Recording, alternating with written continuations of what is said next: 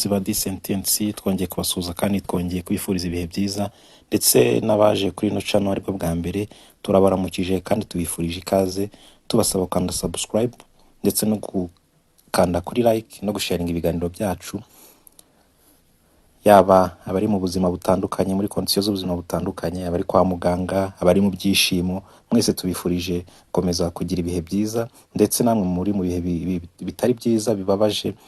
Ntago igihe cyose ubuzima buhora ari bumwe, tugomba kumenya ko turi ku isi, arimo ku isi ibyiza n'ibi byose bigenda bisimburana. Ntago ko ubuzima urimo aka kanya bumeze ariko buzaguma. Twizeye ko nayo minsi mike uraba wishimye kandi nawe uraba uri guseka.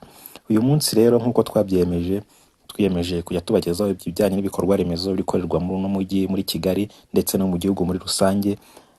Twiyemeje kujya tubagezaho amakuru atandukanye y'uburyo ibikorwa remezo biri kugenda birimbishwa bizana ubwiza mu gihugu cyacu byiyongera. Uyu munsi tugiye kuvuga ku bindi bikorwa remezo bijyanye na siporo, nk'uko u Rwanda rwemeje kuba igicumbi cya siporo cyangwa sport hub.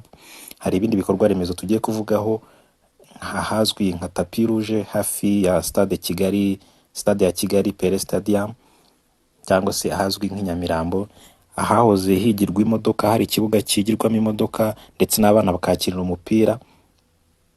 Uyu munsi hari ibibuga bitandukanye, hari stade, nimba twayita stade ariko ni ibibuga byo gukiniramo imikino itandukanye.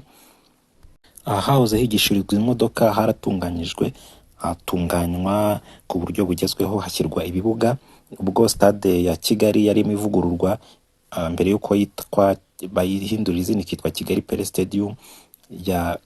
Ibibuga byaho ngaho kuri tapi rouge nabyo byaratunganijwe, dore ko ku ruhande rugana hepfo ku muhanda uva Nyamirambo ujya Kimisagara cyangwa se ijya Nyabugogo ariho hashyizwe tapi yabaga muri stade ubwo stade irimo ivugururwa, dore ko muri stade hashyizwemo tapi yatanzwe na FIFA, tapi igezweho. Yari irimo rero yayisanzwemo ntago yari kujugunywa, niyo yahise izanwa aho ngaho hari hatunganijwe nko mubona mu mashusho. Bashyira iyo tapi ikaba arimwo iri gukinirwamo icyiciro cya gatatu ndetse akaba nitorezwamo n'abana batoya muri rwa rwego rwo kuzamura impano, ndetse n'abandi bashesha kango ndetse n'abandi bose bashaka gukora siporo bakajya kuyitorezwa. Kumva ko ari ikindi kiyongereye mu bibuga mu buryo bwo kuzamura impano. Kandi nanone si ibyo gusa by'umujyanye n'umupira w'amaguru, n'ahagana haruguru yayo haratunganyijwe hubakwa ibibuga, ikibuga gikubiyemo imikino y'amaboko ariyo basketball, volleyball ndetse na handball. Akaba ari ahantu hatunganijwe ubona ko hazajya hafasha abantu batandukanye cyane abakeneye kuzamura impano ndetse n'indi mikino itandukanye igenda ihuza abantu batandukanye, ko amarushanwa ari kugenda yiyongera, dore ko n'icyiciro cya gatatu cyatangiye. Icyiciro cya gatatu cyose kimwe imikino imwe n'imwe izajya ikinirwa kuri no stade cyangwa se kuri iki kibuga cyo kuri tapi rouge, dore ko nk'uko twayibonye ku mbuga nkoranyambaga ya akademi ya Jimmy Mulisa Umuri, hari imikino imwe n'imwe izajya yakirira kuri no tapi rouge. Buriya n'indi mikino indi tuzagenda tuyimenya, ariko ibyo nibyo byabashe kugaragara. Nubwo imirimo itari yarangira, ikibuga kirimo kirakoreshwa nk'uko mubibona muri ano mavideo. Uri kubona ko muri no video urabona ko abana bato barimo bahatorezwa bafashwa kuzamura impano zabo. Kandi si ibibuga gusa hashyizwemo n'ahantu ho kwicarwa, abantu kabaza bakareba imikino bicaye neza nta kibazo. Harimo tribune nk'uko muri kubibona, harimo tribune zitandukanye zifasha abantu kureba, yaba ari kureba umupira w'amaguru ndetse no kureba iyo mikino y'intoki.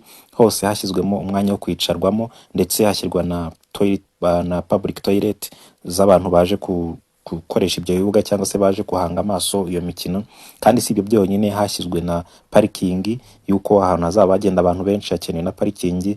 Murabona ko hari parikingi ihagije abantu babasha guparikamo baje kwihera amaso imikino n'ibiri kubera aho ngaho. Ibi byose rero biri kuba muri ya gahunda ya leta yo kugira u Rwanda igicumbi cy'imikino ndetse no gukomeza kwagura no gukwirakwiza ibibuga bitandukanye hirya no hino mu mujyi ndetse no mu gihugu, muri ya gahunda yo gufasha urubyiruko cyangwa se gufasha abaturarwanda kubona aho bakorera bagirira recreation cyangwa se bidagadurira, ndetse kandi bifasha no kuzamura impano z'urubyiruko abakiri batoya, dore ko atari hano ibibuga biri bya kuri tapi rouge nk'uko mu minsi ishize twabibonye.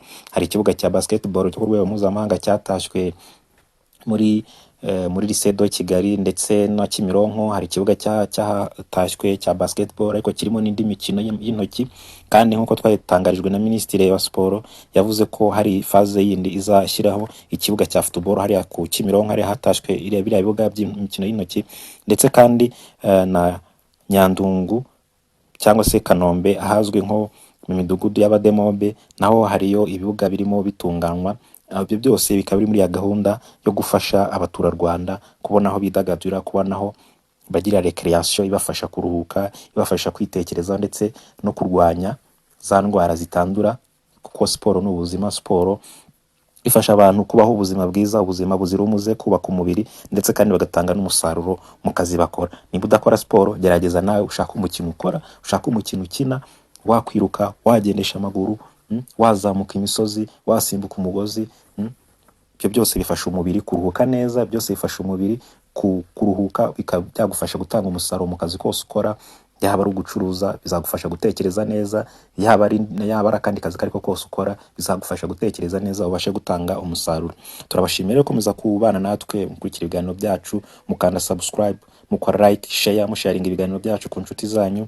Byose bikomeza kutwereka ko muri kumwe natwe kandi ko mudukunda. Urwo rukundo rwanyu ntacyo twarugereranya, niyo mpamvu tubashimira tubikuye ku mutima, tubifuriza amahirwe n'imigisha mu byo mukora byose, tubifuriza guhirwa ndetse kandi tubiza kuzakomeza kubana namwe tubagezaho ibiganiro byiza mwifuza, bibanogeye kandi bibungura ubwenge kandi bafasha bibamenyesha amakuru. Murakoze cyane, turabashimiye, naho ubutaha. Ciao ciao.